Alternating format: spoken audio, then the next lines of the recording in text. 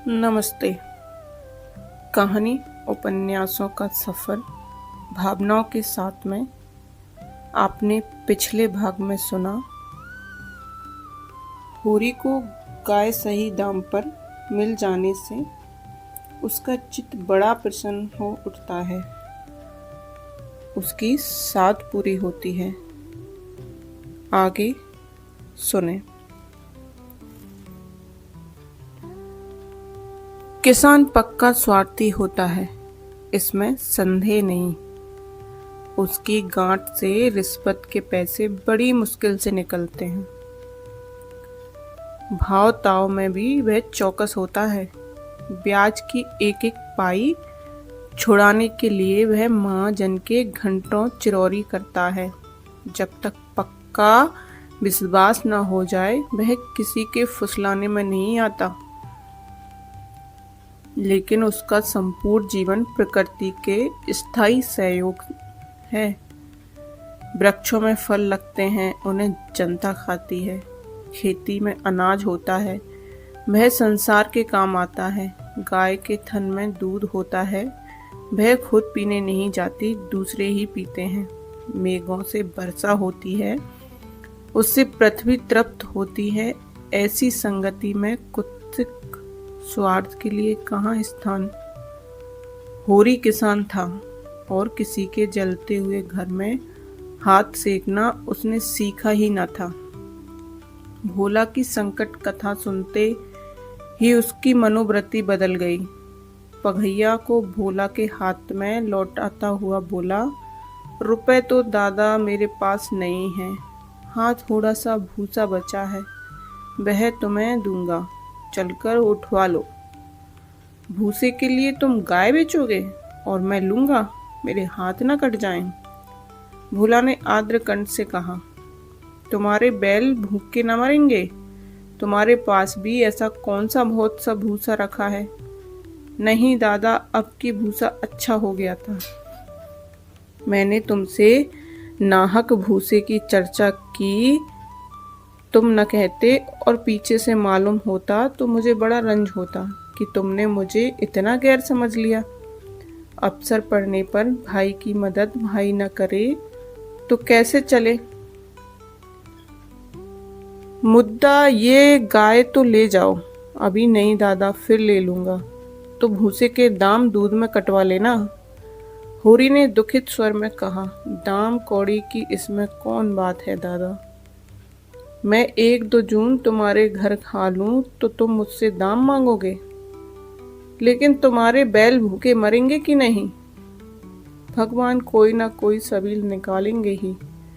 आषाढ़ सिर पर है, कड़वी बोलूंगा। मगर ये गाय तुम्हारी हो गई। जिस दिन इच्छा हो आकर ले जाना। किसी भाई का नीलाम पर चढ़ा हुआ बैल लेने में जो पाप है, वह इस समय तुम्हारी गाय लेने में है। होरी में बाल की खाल निकालने की शक्ति होती तो वह खुशी से गाय लेकर घर की राह लेता। भोला जब नगद रुपए नहीं मांगता तो स्पष्ट था कि वह भूसे के लिए गाय नहीं बेच रहा है, बल्कि इसका कुछ और आशय है। लेकिन जैसे पत्तों के खड़कने पर घोड़ा अकारण ही ठिठक जाता है और मारने पर भी आगे कदम नहीं उठाता, वही दशा होरी की थी। संकट की चीज लेना पाप है, यह बात जन्म जन्मांतरों से उसकी आत्मा का अंश बन गई थी। भोला ने गदगद कंठ से कहा, तो किसी को भेज दूं भूसे के लिए। होरी ने जवाब दिया, अभी मैं राय साहब की ढयोड़ी पर जा रहा हूँ, वहां से घड़ी भर में लौटूंगा, तभी किसी को भेजना। भोला की आंखों में आंसू भर आए। बोला, तुमने आज मुझे उभार लिया होरी भाई। मुझे अब मालूम हुआ कि मैं संसार में अकेला नहीं हूँ, मेरी भी तो कोई हितू है। एक क्षण के बाद उसने फिर कहा, उस बात को भूल न जाना। होरी आगे बढ़ा तो उसका चित्त प्रसन्न था। मन में एक विचित्र स्फूर्ति हो रही थी। क्या हुआ, 10-5 मन भूसा चला जाएगा। बेचारे को संकट में पड़कर अपनी गाय तो न बेचनी पड़ेगी। जब मेरे पास चारा हो जाएगा तब गाय खोल लाऊंगा। भगवान करे मुझे कोई महरिया मिल जाए, फिर तो कोई बात ही नहीं। उसने पीछे फिरकर देखा।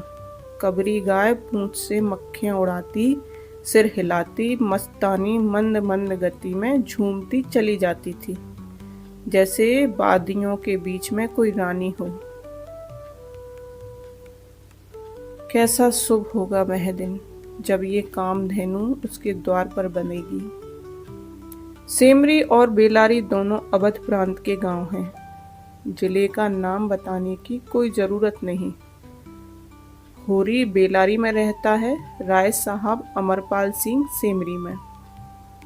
दोनों गांव में केवल 5 मील का अंतर है। पिछले सत्याग्रह संग्राम में राय साहब ने बड़ा यश कमाया था। काउंसिल की मेंबर छोड़कर जेल चले गए थे। तब से उनके इलाके के असामियों को उनसे बड़ी श्रद्धा हो गई थी। यही नहीं कि उनके इलाके में असामियों के साथ कोई खास रियायत की जाती हो। यहाँ ढांड और बेगार की कड़ाई कुछ कम हो, मगर यह सारी बदनामी मुक्तरों के सिर जाती थी।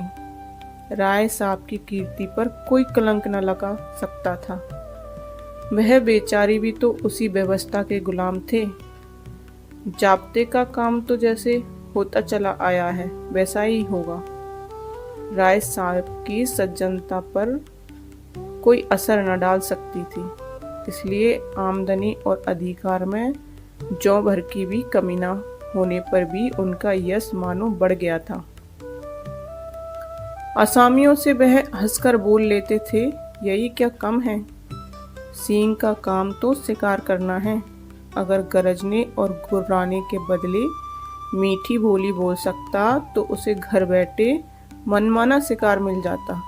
शिकार की खोज में जंगल में न भटकना पड़ता।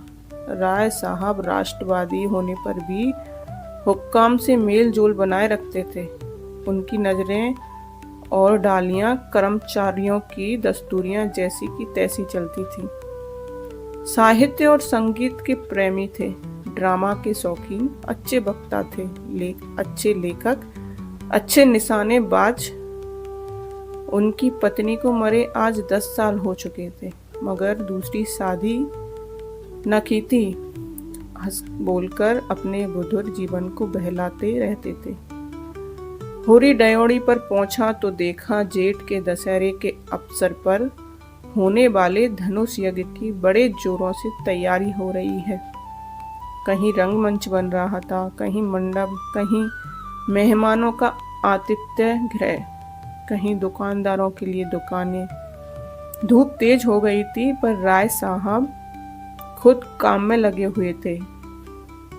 अपने पिता से संपत्ति के साथ साथ उन्होंने राम की भक्ति भी पाई थी और धनुष यज्ञ को नाटक का रूप देकर उसे शिष्ट मनोरंजन का साधन बना दिया था। धनुष यज्ञ को नाटक का रूप देकर उसे शिष्ट मनोरंजन का साधन बना दिया था। इस अवसर पर उनके यार दोस्त, हाकिम, हुक्काम सभी निमंत्रित होते थे और 2-3 इलाके में बड़ी चहल पहल रहती थी। राय साहब का परिवार बहुत विशाल। आज के लिए बस इतना ही। आगे जारी रहें कहानी उपन्यासों का सफ़र भावनाओं के साथ में। धन्यवाद।